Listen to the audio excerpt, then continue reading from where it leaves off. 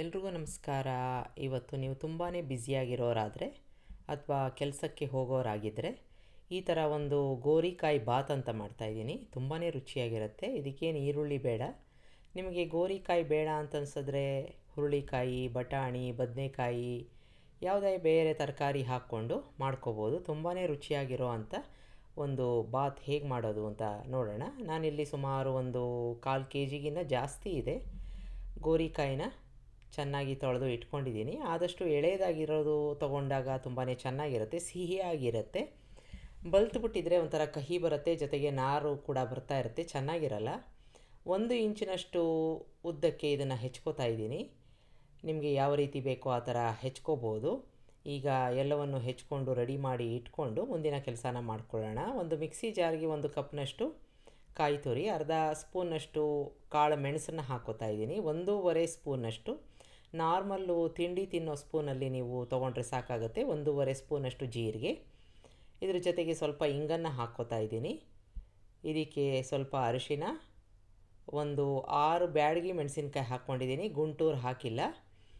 ಸ್ವಲ್ಪ ಹುಣಸೆ ಹಣ್ಣು, ಉಪ್ಪು, ನೀರನ್ನು ಹಾಕ್ಕೊಂಡು ನುಣ್ಣಗೆ ರುಬ್ಕೋಬೇಕು. ಸ್ವಲ್ಪ ಒಣಕಲಾಗಿ ರುಬ್ಕೋಬೇಕು, ಜಾಸ್ತಿ ನೀರು ಹಾಕೋದು ಬೇಡ. ಈ ಥರ ಒಣಕಲಾಗಿ ಇದ್ದರೆ ಸಾಕು.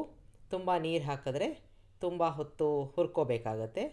ಈಗ ಒಂದು ಬಾಣಲೆಗೆ ಸುಮಾರು ಒಂದು 4 ಸ್ಪೂನಷ್ಟು ಎಣ್ಣೆನ ಹಾಕ್ಕೊಂಡು, ಎಣ್ಣೆ ಕಾದ ನಂತರ ನಿಮಗೆ ಬೇಕಾದಷ್ಟು ಕಡಲೆಕಾಯಿ ಬೀಜನ ಹಾಕ್ಕೋಬೋದು. ನಾನಿಲ್ಲಿ ಸುಮಾರು ಒಂದು ಅರ್ಧ ಕಪ್ನಷ್ಟು ಹಾಕ್ಕೊಂಡಿದ್ದೀನಿ. ಚೆನ್ನಾಗಿ ಗರ್ಗರಿಯಾಗಿದೆ ಅಂತಾದರೆ ಇದನ್ನು ತೆಕ್ಕೊಂಬಿಡೋಣ. ಆನಂತರದಲ್ಲಿ ಇದನ್ನು ಬೆರೆಸ್ಕೊಳ್ಳೋ ಅಂಥದ್ದು. ಈಗ ಅದೇ ಎಣ್ಣೆಗೆ ಸಾಸಿವೆ, ಕಡಲೆಬೇಳೆ, ಉದ್ದಿನಬೇಳೆ ನಾರ್ಮಲ್ ಒಂದು ಒಗ್ಗರಣೆ ಮಾಡ್ಕೋತೀವಲ್ಲ ಆ ಥರ ಹಾಕ್ಕೋಬೇಕು. ಇದು ಚೆನ್ನಾಗಿ ಬಾಡಿಸ್ಕೊಂಬಿಡೋಣ. ಸ್ವಲ್ಪ ಇಂಗನ್ನು ಕೂಡ ಹಾಕ್ಕೊಂಡಿದ್ದೀನಿ.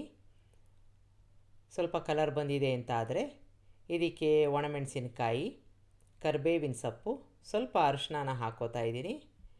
ಚೆನ್ನಾಗಿ ಬಾಡಿಸ್ಕೊಂಬಿಡೋಣ. ಸಣ್ಣ ಊರಿನಲ್ಲಿ ಮಾಡ್ಕೋಬೇಕು.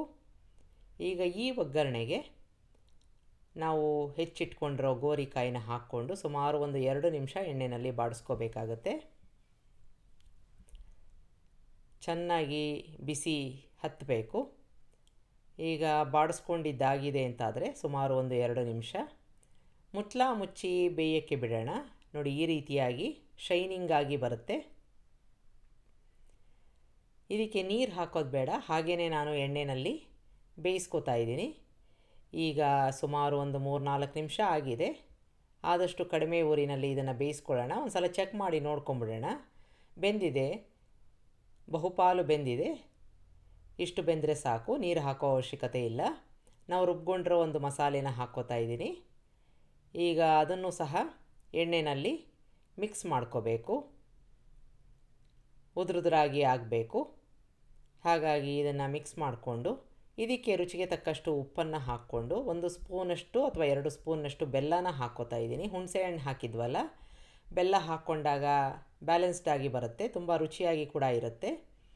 ಇದನ್ನು ಮುಚ್ಚಿ ಒಂದು 2 ನಿಮಿಷ ಬಿಡೋಣ. ಎಣ್ಣೆ ರಿಲೀಸ್ ಆಗಿದೆ. ಈ ಥರ ಒಂದು ಪಲ್ಯ ಕೂಡ ನೀವು ಹಾಗೆ ಬಳಸ್ಬೋದು. ಚಪಾತಿಗೆ ಅನ್ನದ ಜೊತೆ ಕಲಿಸ್ಕೊಂಡು ಒಂದು ಸಾರು ಮಾಡಿಕೊಂಡಾಗ ಒಂದು ಸೈಡ್ ಡಿಶ್ ಆಗುತ್ತೆ. ಬೇಡ ಅಂತ ಅನ್ನೋ ಪಕ್ಷದಲ್ಲಿ ಇದಕ್ಕೆ ಅನ್ನ ಈಗಾಗಲೇ ಮಾಡಿ ಇಟ್ಕೊಂಡಿದ್ದು ಇದಕ್ಕೆ ಕಲಿಸ್ಕೊಂಡಾಗ ಕಲಸಿದ ಅನ್ನ ಆಗುತ್ತೆ. ಈಗ ಉದುರುದುರಾಗಿ ನಾನು ಅನ್ನ ಮಾಡಿಕೊಂಡು ಇಟ್ಕೊಂಡಿದ್ದೀನಿ. ಅದನ್ನು ಈ ಪಲ್ಯದ ಜೊತೆ ಹಾಕ್ಕೊಂಡು ಚೆನ್ನಾಗಿ ಮಿಕ್ಸ್ ಮಾಡಿಕೊಂಡು ಈ ರೀತಿಯಾಗಿ ಆಗುತ್ತೆ. ತುಂಬಾ ರುಚಿಯಾಗಿರುತ್ತೆ. ಒಂದು ಸಲ ಮಾಡಿ ನೋಡಿ. ಲಂಚ್ ಬಾಕ್ಸ್ಗೆ ಹೇಳಿ ಮಾಡಿಸಿರೋ ಅಂಥ ಒಂದು ರೆಸಿಪಿ. ಕಡಲೆಕಾಯಿ ಬೀಜ ಹಾಕ್ಕೊಳ್ಳೋಣ. ನೀವು ಬೇಕಾದರೆ ಮೇಲಿಂದ ಒಂದು ಅರ್ಧ ಹೋಳು ನಿಂಬೆಹಣ್ಣನ್ನು ಕೂಡ ಹಿಂಡ್ಕೋಬೋದು, ಅದು ಕೂಡ ತುಂಬಾ ರುಚಿಯಾಗಿರುತ್ತೆ. ಅದು ಆಪ್ಷನಲ್ಲು. ಈಗ ಒಂದು ನಮ್ಮ ಗೋರಿಕಾಯಿ ಬಾತು ರೆಡಿಯಾಗಿದೆ.